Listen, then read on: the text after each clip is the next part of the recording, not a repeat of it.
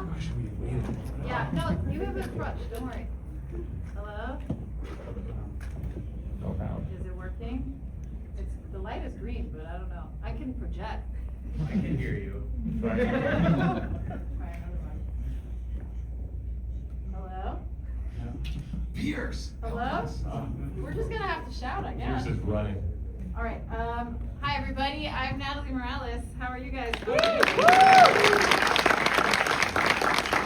have some special guests for you tonight, filmmakers and actors in the movie. I'm going to bring them out. The first person I'm going to bring out, because he's already right here, is Danella, who's the producer. Everybody.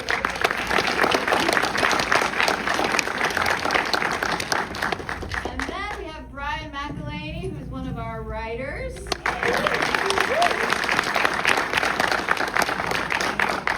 Hello. Paul Guilfoyle played Michael. Yeah. And Lee Kim was a producer as well. Did you catch his cameo at the end? You'll see his face now. You'll see who he is. How are you guys doing? Good. Hi, Natalie. How are you? Hello. Hi, Brian. Guy, you've seen this with an audience a few times. It's fun to see with an audience, right? It's fun to see their reactions. Yeah. Thank you guys all for being here. Okay, I'm gonna get started because we don't have that much time, and who likes a long Q&A? So, Brian. Yes. This is an American remake of a Norwegian movie from 2021 called The Trip. So, first of all, great job on that. Thank you. Secondly, what interested you in making this the American way, and what to you are the biggest differences? So we needed a job, and Right. this came to us. No, I'm in a comedy duo called Britannic with a guy named Nick, who's in Scotland right now. Yes, thank you. I think Nick and Aram, one of the producers, they were in Finland because his wife Karen was in some movie they were shooting, and Aram was like, "I got this script." Right? It's called Duel. Duel. That's right. And if you guys, there's some a dual Karen heads. And also in Finland, you just go to saunas all the time. Like Nick and I went to set to visit you guys for a week because we're in the movie for a split second. And it's just like that's all you guys did after every shoot day. And it's Facts. It's the best. It's so much fun. So Nick told me, hey, there's this script that we can maybe sort of look at, this Norwegian film, and maybe punch it up, maybe do a rewrite. And we looked at it, watched the original, loved it, and then just decided to take the job because it sounded great. And then it was a journey of figuring out how to, doing a rewrite's always really interesting because it's like, how much do you change? How much do you keep? And the original Norwegian film had a great structure already. So we decided to sort of keep that.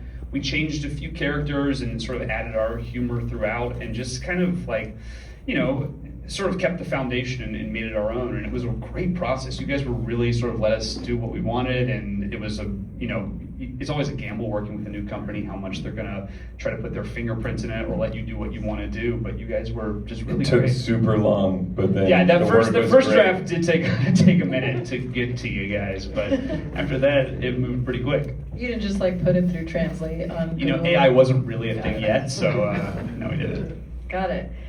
Paul, you play such a likable, unlikable character in this movie as Michael. Was this an easy yes for you? Yeah, I think so, because, take this. Okay, thank you. A likable, unlikable character. Maybe it was likable, unlikable, but yeah, it was an easy, it was just the idea of just also going to Finland and the promise of It was just the saunas. and all the fun. You're going to talk about saunas in every answer. In Finland, every single person in Finland plays hockey. The entire country plays hockey. I mean, hockey is on the wavelength of everyone. But no, it wasn't those reasons. It was really the script was funny. And I think what came out of the picture in the direction of Yoma, who's really exceptionally good at, building and flowing and wondering about pacing it, is that the movie, like the snow in Finland, it had a snowball effect and it kept rolling forward faster and faster and larger as we all witnessed toward the end, and it even had some extra funny added on at the very end. But I thought that was the reason why it seemed to be a good picture to get on, how it was revealed, and the exceptional use of how we flash back and forth makes it even more interesting, I think, than a straightforward linear comedy. So it was great. I mean, again, I didn't know how that was a really pretty good gunshot I had. Yeah. I didn't know I was that good of a marksman. Took off his entire head. I mean, we didn't see that in real life. No, we didn't. Thank God. You know, we were glad for that. I like Keith. You can kill it. I expected him here today. Hope he didn't, you know, suffer bad. Guy, I'm sure there were Natalie. I'm sure there were a few people clamoring to make this movie because it was a hit. It's such a fun movie. Tell us the story of how you got it, how you nabbed it first, and why did you want to make it? You would think so, but it's actually the fact of why we sort of did this in the first place. I'm like, there's a lot of streamer jokes in there because the original movie was a streamer movie that was on Netflix, and the original filmmaker, Tommy recalls a friend, and I think it started from the point of like, I think for me, I was like, all right, I want to try to push. What is mainstream? What is a theatrical mainstream? Can you make something quite as aggressive in some ways fucked up as this movie and still reach a broad, wide audience in a theater? And I liked that challenge, and Tommy was totally down for it, I think, because we have a close bond, so he knew I wouldn't fuck up his movie. And who's Tommy? Tell everybody. Tommy Verkola, the Norwegian filmmaker. We made a film together called Violent Night, and while we were on set for that, he also would continue to quote Jorma's movies, Hot Rod, Pop Star, MacGruber, not in relation to the movie at all, he just loved those movies, and it just kind of became this kismet thing. I was like, oh, you know what, that's interesting. Why don't I call Jorma? I had never met him, and we got to talking, and I was like, hey, what do you think about sort of slightly switching your genre sort of framework? Because in a lot of ways, Tommy makes films that are genre forward with some comedy, and Jorma's making comedy movies with crazy genre, and I think Jorma was down for it, and I don't know, it was really exciting because I think Jorma's made a lot of work, but he hadn't made another feature film in, I don't know, years, honestly. So he jumped on, and it became very exciting from there, because I think what I love about this movie is there's a lot of heart, there's really relatable characters, there's direct lines from my marriage therapy in here, my wife's in here, so you can ask her. Yeah, there she is. And I think Which lines? You'll tell us later. Yeah, no, not any of the good ones. It's more like the sad Dan crying about his wife being mean to him. But anyway, I think I don't believe that. I hope that's the charm of the movie, in that sense of like, I believe that you can go to all those places in a theatrical sort of movie and have characters, because it's relatable. Yes, everyone's maybe not fully gone through the planning of murdering your wife, but in the sense of just, you're all in that place. Fully gone through it. But I think at that point, it's like, you can go to the comedy places, you can go to the dramatic places, and you can go to the crazy violent action sort of places, and you need the right collaborators, you need the right actors, you need the right director who can balance all those tones. But I'm like, taking on the remake gave me a lot of anxiety, and that's what drew me to it. I think I love that challenge of like, can we pull this off? And I like to think we pulled it. Yeah, no, I like that. Yeah, right? And it's like the movie, I know the studios who put it out, they had notes when the movie tested amazingly well, so it said no notes, and then we won the audience award at South by Southwest, so it's been a really, I say magical journey, which sounds really hokey, but it has. I mean, it's really been such a fun ride. I appreciate you all showing up and seeing the theater opening weekend. That's like, you know, there's much love and appreciation, so thank you all. Yeah. It's a longer answer. Supporting independent to make a movie that feels like you should see it in theaters. So yes, it's like, it's a good theater movie. I keep going. I keep showing up. Like, we were in theater. Our other producer, we went to Century City last night for a screening, because there are these moments that you get that endorphin rush of just seeing an audience react to all these moments. It doesn't matter where we've screened the movie, those movies hit, and it's just very sort of fun. So tell all your friends, tell them to come, buy more tickets. Yes. Okay, Lee, I have a question for you. Well, I have a few. One, tell me a little bit about what your cameo was like. Have you been in the screen before? And two, as we said, you shot this movie in Finland. Why? And what was that like? Also, what was the budget? No, I'm just kidding. Guy will shoot me. So the cameo was a lot of fun. I mean, we actually were joking during prep about being in Finland and just, you know, there's no age, like, you know, just kind of putting a little color into the movie. Yeah. And I think I was the only color anywhere. Kumail. Except for Kumail, yeah. Except for Kumail, yeah. But no, it was just a conversation with Yorma, and Yorma is the best to work with. So fun.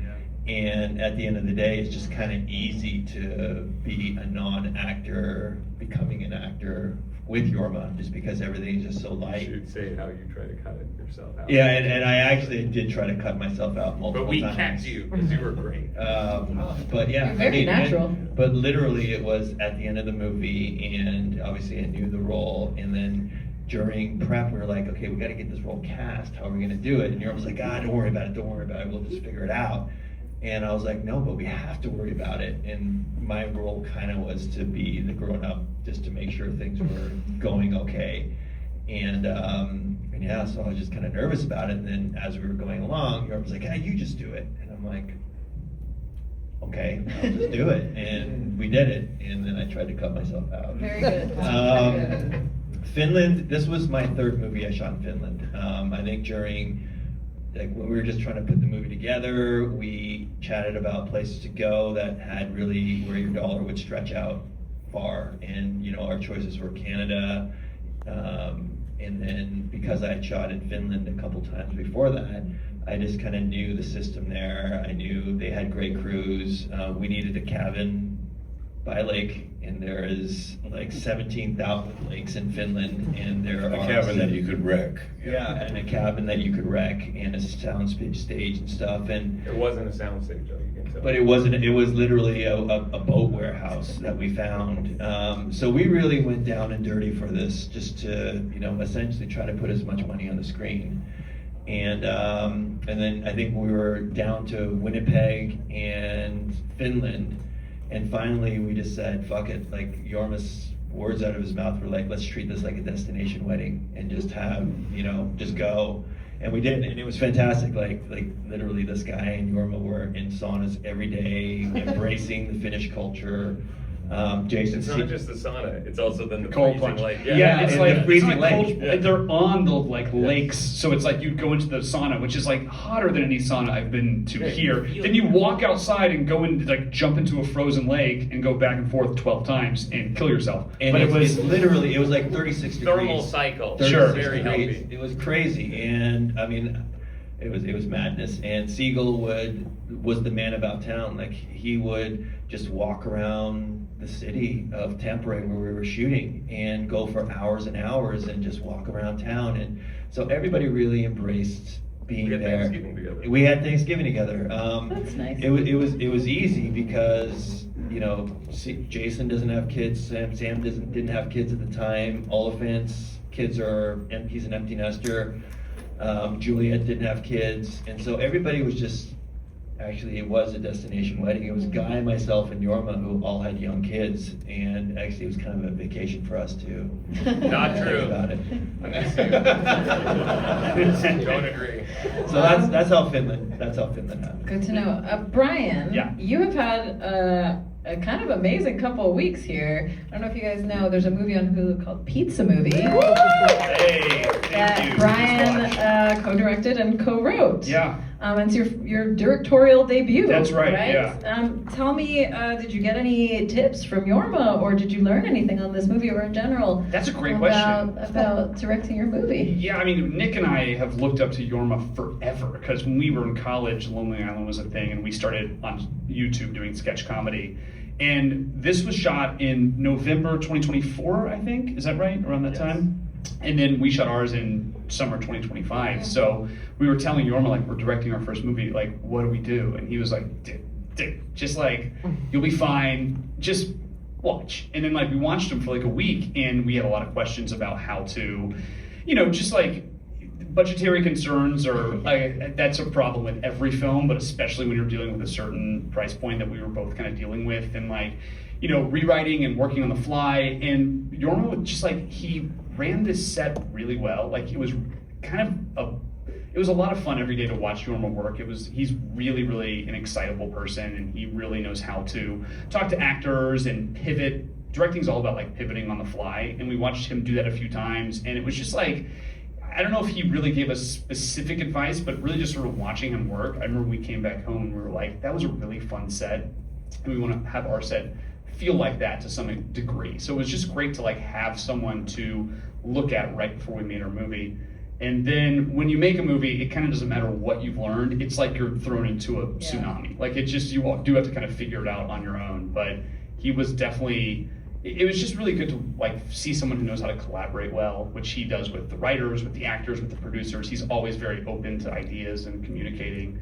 And so we sort of took that with us when we made Pizza Movie.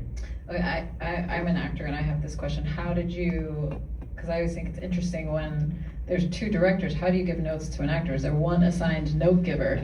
Or just one person good cop and the other person's bad cop? It's like, it's a lot of work. Like Nick and I, there's a And what if you disagree? We disagree all the fucking time. Nick and I like have epic fights. I think Nick and I, we mostly, because we write everything together, we know exactly what we're doing for the most part. I went to film school and Nick went to acting school. So like, I think where things split you trumped him in that. I trump him entirely in everything we do. No, Yeah. When it comes to like creating on set, like I'm much more in, like I'm with the DP a lot trying to create the shots, and Nick is always running alt lines and working with the actors. So it's like we sort of split a little bit there, but we're both very much, we know what each other is doing and the buck stops with both of us. Kind of great. It is really great. And for the most part, we'll just sort of like, if we want to get a second line that Nick wants but I don't, we'll just get it. Or if we want to like try to get a setup that I want, we'll just sort of get it. But there are times when we don't have any time and we can only give something one way and I want something. Wins. I think it should, but it's just like, it gets rough, it gets hard. Yeah. Two people is great. If you're in a duo or if you're in a writing or directing duo, in a way or marriage. In a way it's great because it's like you have two brains working on it. So it's like playing ping pong. Like you can, if something's really working, you can get to the end of an idea really quick. But at the same time, if it's not, it will take twice as long to kind of find some consensus. So and if one of you really has to poop, the other one can take over. That's why I slip laxatives and makes drinks every day on set. It's a journey. We're just happening right now. Yeah, he's gone. You listen to me now. Hey, Paul. One of the best death scenes I've ever seen. Yeah. Your face goes in a lawnmower. That's crazy. Maybe it was that one, but what was your favorite scene to shoot? Well, I mean, it was great to show up and do the action and drive the car and, get Timothy Oliphant airborne. That was kind of fun. It was all kind of a one big giant swirl of just of every day, just kind of engaging in the open and curious way of how the script was developing. And everyone's right when I'm listening to people talking about how we were pivoting and doing it fairly effortlessly. We were able to kind of like manufacture stuff that was going on, on the fly. And that made, even Guy gave you some direction, I think, and it was always last minute stuff, and we'd try it out and it would work. Even when we saw the car for the first time, and I would say, like, hell yeah, I like this car. Actually the script, and we were working more on the opposite idea, that I'd be a curmudgeon about everything. I don't want the car to look like but instead of to kind of enjoy driving all this stuff. So it was mostly about how we pivoted in the moment together as this group, as we collectively agreed on stuff. That was really the most fun stuff. So it made all the scenes seem equally enjoyable because we were really kind of in a creative vibe. It helps to be in a world of Finland, by the way, for the 9th year in a row, the happiest place in the world. I mean, I guess maybe... And the highest suicide That's rate. what I was going to say. You get happy or you die. Well, you get so happy you die. That's crazy that it's both the happiest place on earth and the highest. They can't handle the happiness, to quote Jack Nicholson. So it was fun to all the scenes were good. Can I tell you my favorite Paul moment is a little factoid about the movie is Jorma texted Nick and I and he was like, we need some sort of like crazy fucking like EDM song to play in the car. And so Nick is married to an actress named Karen Gillan. Woo! So we basically went to Nick's house and we just recorded her saying these crazy sentences that we just came up with. And one of them was, when I party, I fuck like this. And Jorma took it, I think gave it to his brother. I don't know who he gave it to, and turned it into a song. This guy, Sam. Or was it Sam? Yeah, he was in electronic artist. Yeah, and then only when I saw the movie did I see you rocking out to it in the car as you're driving from the gas station, which is so We're funny. actually putting So it that's out her on singing. record, though. Oh, that's right. No, Yeah. we're releasing it. I mean, I don't have the website.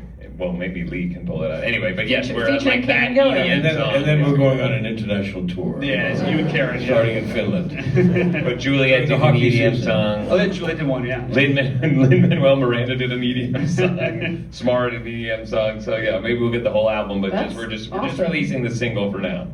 That's awesome. Okay, we are. If you guys are good, if you're gonna ask good questions, I'm gonna open it up to you guys, and we have time for 3 questions. So have him. Okay, guy in the front row. What do you got? I'm curious, how much do you save by going to Finland? Great question. Like exact percentage? Yeah. Okay, Lee. Ballpark. How do you say ballpark Sure. in Finnish? Ballpark. Yeah, I mean, I think the acts outside of Helsinki. you probably would save 30 to 40%. Yeah. How much They have a tax rebate. So good. Right, a tax credit. That's fast. The crews are, I would say, just as qualified, and just the cost of labor is a little bit less expensive. Yeah, and honestly, and just even like location rentals, everything, the infrastructure, the support. Winnipeg is also very cost effective too, but Finland was that much more cost effective. And Right but- next to Russia. It's so exciting. Yeah, but it has to be like, it has to fit, it has to work. You can't make any creative concessions just for the dollar, but for this script, for this movie, it just made sense to be out there. And as long as your cast and your directors and your kind of key creatives are willing to do it, then it's kind of no better place on earth. Okay, anybody else? I see someone over there in a white shirt. Yeah. When you're writing something like this, how do you balance like all the genres? Because there's like action, there's comedy. Like, how do you balance all those genres and like make it like effective? Cohesive. You didn't see that one coming.